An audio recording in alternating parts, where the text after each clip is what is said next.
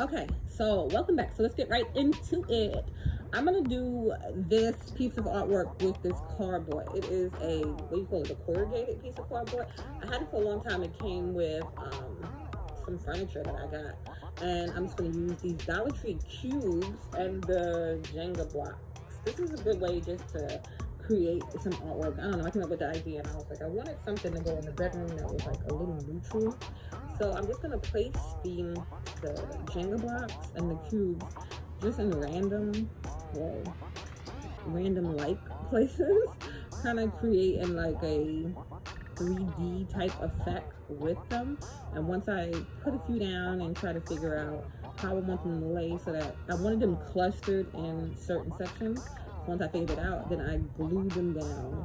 So you don't want to do too many because you don't want to have to go back up and down with the gluing of them, but you want to get a good amount so you can play around with it. And then when you get to these like odd shapes, you could just play around, and it doesn't have to be touching each other when you get to the odd shapes, because you can just stack the pieces on top and just, I don't know, it's just fun. When you use different type things, I had skewers and stuff, and the little dials that I was planning to use too, but I didn't want to make it too busy.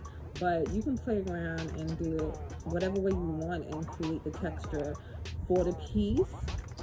But like I said, once I figured it all out, then I did that section, and then for the other section I was like, it is kind of boring, and I didn't want the just to have one little cluster, and I didn't want to keep building with the Jenga blocks and make it like all just Jenga blocks. So I took the cubes and kind of made it like it spilled into the other section, if that makes sense. So I tried to make that look random too.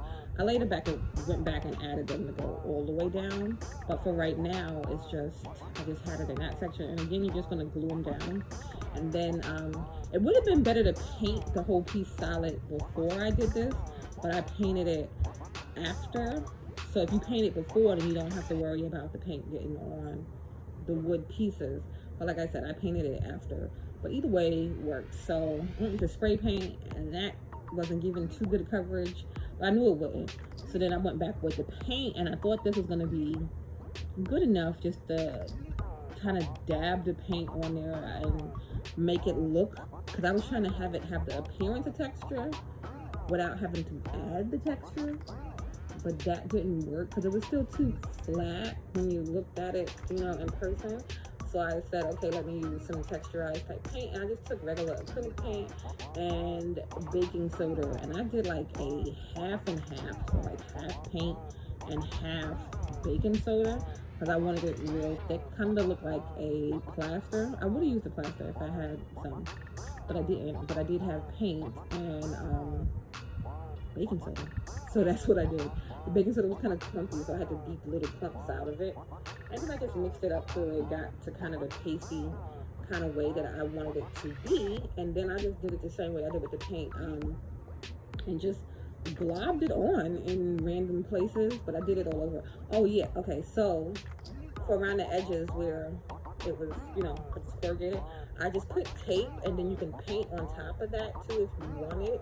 But I didn't end up painting over the edge, but I put tape so that it was kind of a flat surface. So this is how it looks when it's going like that.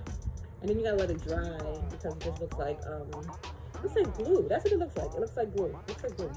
But you just gotta let it dry.